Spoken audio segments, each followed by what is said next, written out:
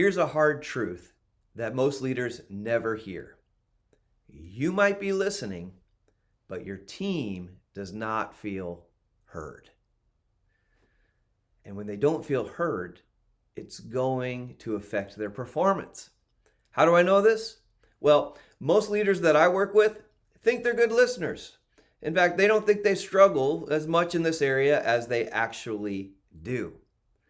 And the number one complaint in the American workplace is my supervisor doesn't listen to me. Well, my name's Tom Goodlett, and today I'm going to help you listen better, or at least listen in a way that the people who work with you feel like you hear them, feel like you understand them, and are excited to work with you because they feel understood. In fact, as you listen to this video, I'm going to go ahead and talk about why this is a problem. I'm going to go ahead and talk about some common barriers that occur often when we're trying to help the situation, but it gets in the way and affects performance. And then I'm actually going to give you some good skills that will actually help you drive high performance and have a team that feels heard by you, the leader. Most leaders listen for information, while their people are actually hoping for understanding. Sometimes we think listening is about data collection when really listening is supposed to be about connection. You see, our people want to feel connected with us. They want to feel understood. When you feel understood, you feel good. You feel safe. And then you're more likely to share the truth. In fact, we know that statistically about 85% of the time what people tell us the problem is first is actually not the real problem. So we have to listen longer in order to figure out what's really going on. But it's easy to get in the way of good listening. It's easy to have somebody begin to shut down or feel reluctant to share what's really going on. In Dr. Thomas Gordon's book, Leader Effectiveness Training, he identifies 12 what he calls roadblocks. These are things that get in the way while we're trying to listen to somebody else who has a problem. Now, I'm going to simplify it from 12 roadblocks, maybe into 4 common communication barriers. Now, let me say that a lot of times the reason we slip into this, we fall into this, and as I talk about it, maybe you go, oh yeah, I do this a lot. We do this not because we don't care. We do this because we do care, because we want to help, because we like being a helper, or we like coming up with solutions and fixing things. However, if you do one of these 4 things, when somebody comes to you with a problem and wants understanding, wants to be heard, it will actually, be a barrier. It will shut down the conversation. The first common barrier I want to address is what I'm going to call power playing. This is when somebody comes to us with a problem and we think what will help is probably a quick kind of verbal kick to the pants.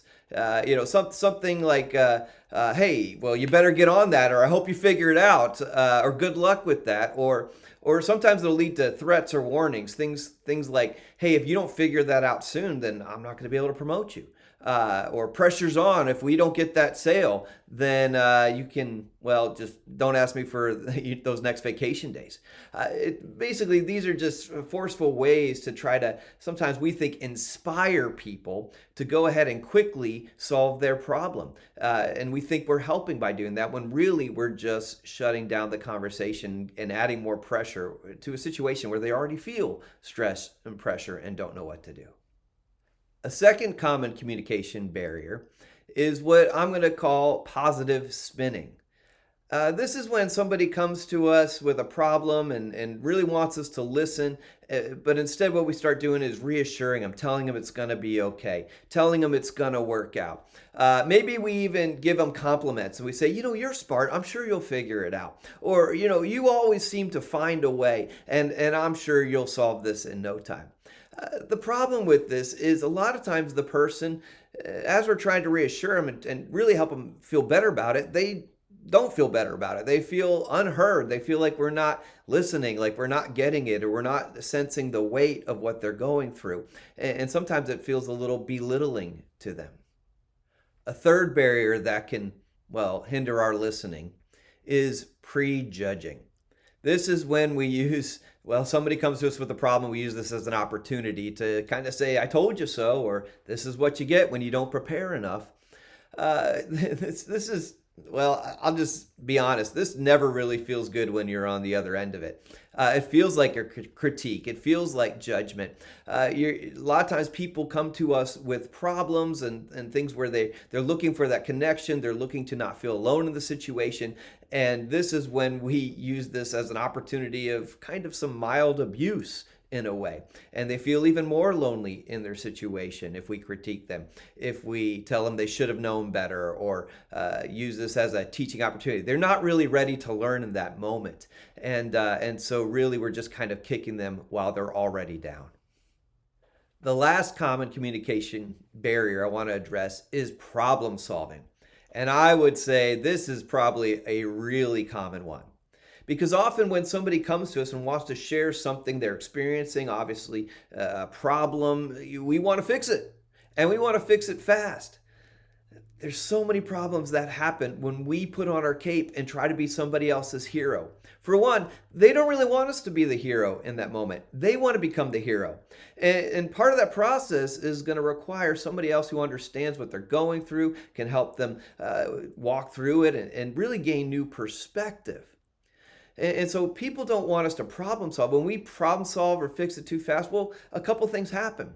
One, we leave them unempowered, right? We're fixing it for them, assuming that's what they wanted. And of course, they just want understanding. Something else that happens is if we do that and do that a lot, we're never going to get our problems resolved. We're always fixing somebody else's issue. We're always jumping in, and that's not going to help. And the third issue is this. We have the least amount of information about what is actually going on. So if we start fixing it, if we start coming up with solutions, we actually leave that person who was hoping we'd understand, who was hoping we'd listen, we leave them with two problems. One, the problem they came to us with, and two, an extra problem of what do I do with this bad solution my supervisor now gave me. Now, let me be clear. I'm not saying that you can't give good advice. I'm just saying we don't want to start there. Okay, a lot of times when we jump to problem solving, we are fixing too fast. And I know when we do these things, it kind of feels like leadership. It feels like we're helping. It feels like we're being productive. It feels like we're being responsible, but it functions like walls.